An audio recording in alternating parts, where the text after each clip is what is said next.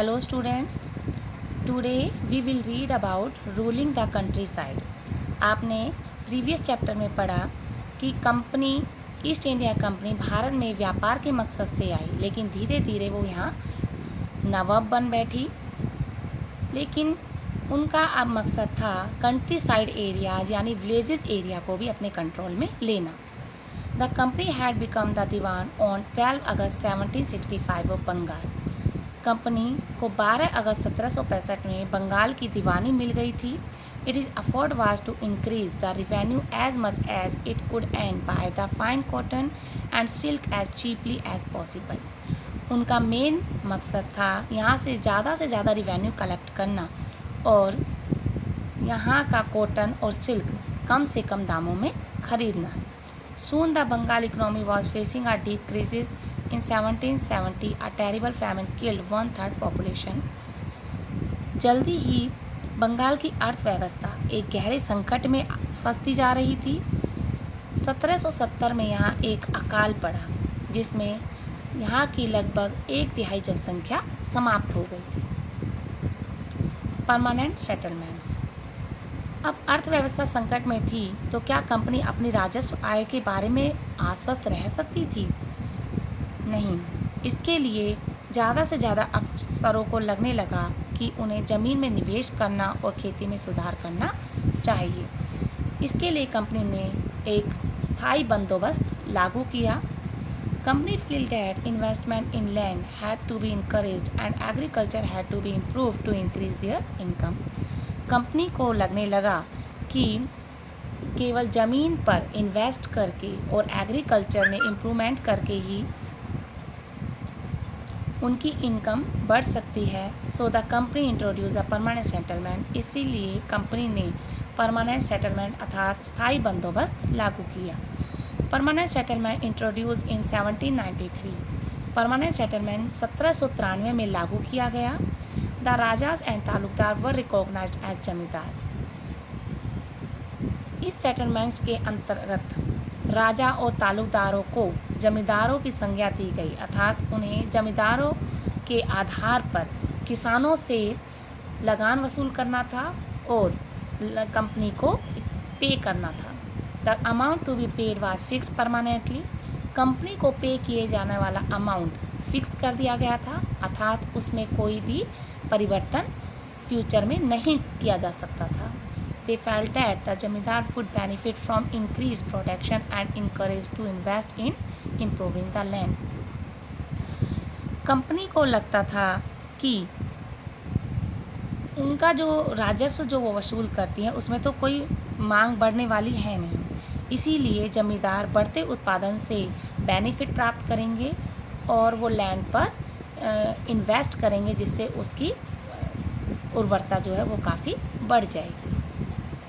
The problem in permanent settlements. लेकिन permanent settlement जो लागू किया गया था उसमें काफ़ी समस्याएं आने लगी।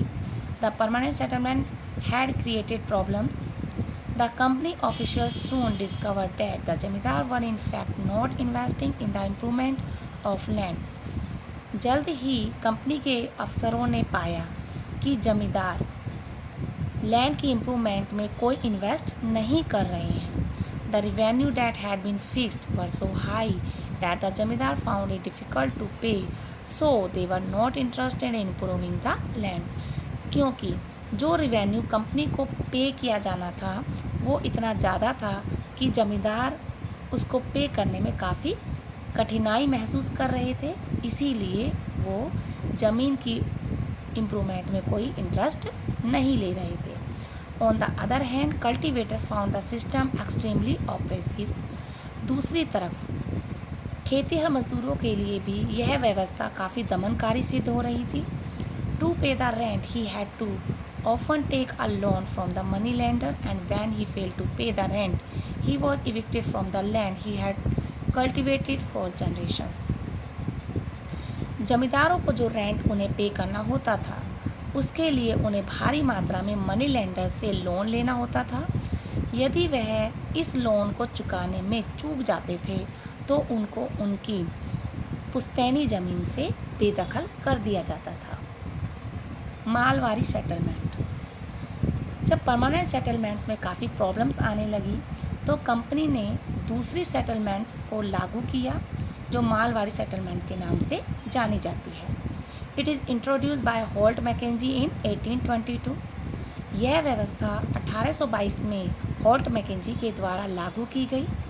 In this settlement the revenue was not permanently fixed. इस सेटलमेंट्स के अंतर्गत जो रेवेन्यू कंपनी को पे किया जाना था वो फिक्स नहीं किया गया था, अर्थात उसमें समय के अनुसार परिवर्तन किया जा सकता था। The charge of collecting the revenue and paying it to the company was given to the village headmans rather than the zamindars. जो चार्ज रेवेन्यू कलेक्ट करने का चार्ज अब जमींदार की अपेक्षा विलेज हेडमैन को यानी गांव के मुखिया को दे दिया गया था। The Munro system, the new system that was devise came to be known as the ryotwari.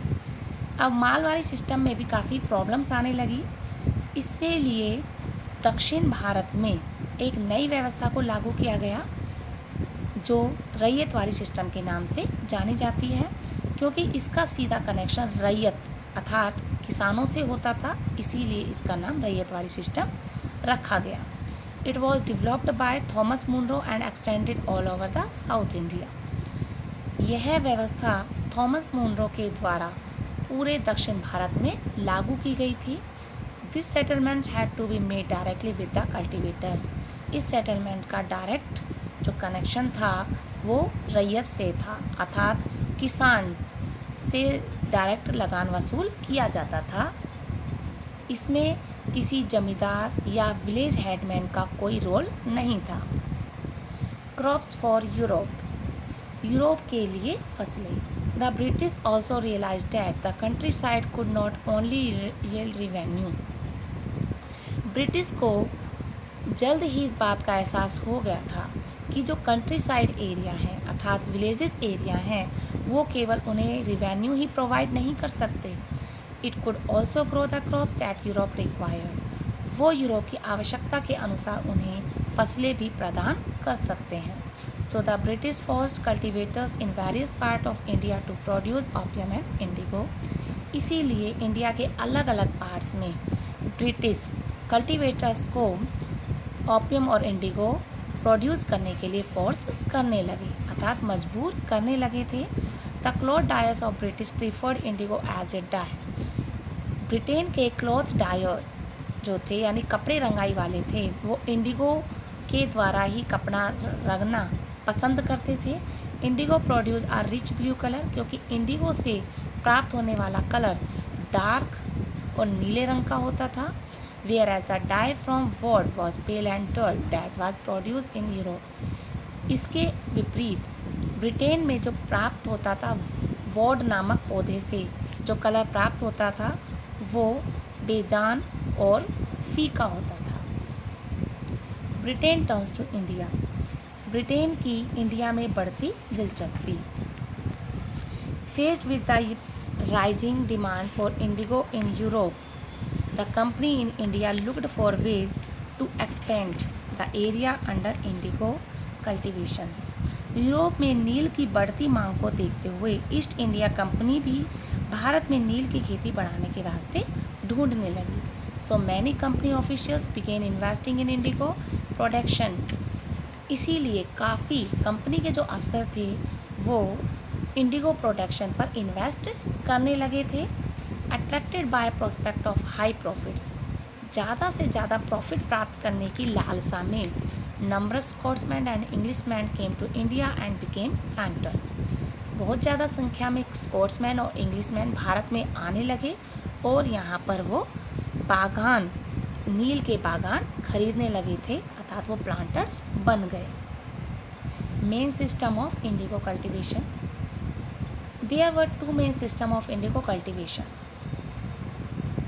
नील की खेती दो टाइप से की जाती थी, निज और रैयती। इन निज cultivation the planter produce Indigo in land that he directly controlled. He either brought the land और रेंटेड इट फ्रॉम अदर जमींदार। निज कल्टिवेशन में बागान मालिक खुद अपनी ज़मीन में नील का उत्पादन करते थे, या तो वह ज़मीन खरीद लेते थे या दूसरे जमींदारों से ज़मीन वो भाड़े पर ले लिया करते थे।